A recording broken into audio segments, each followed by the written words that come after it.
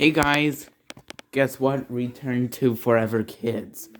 Yep, Adventures of Sonic the Hedgehog. Yeah, it's one of my favorite shows.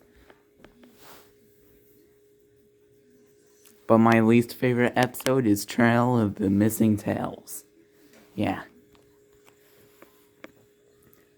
Somehow I must make Looney... what should I say?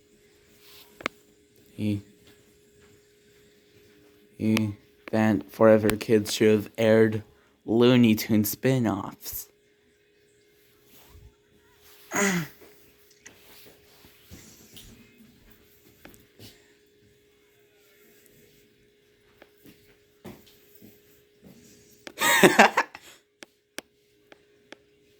Huh? I didn't realize that those slapstick items were on that show.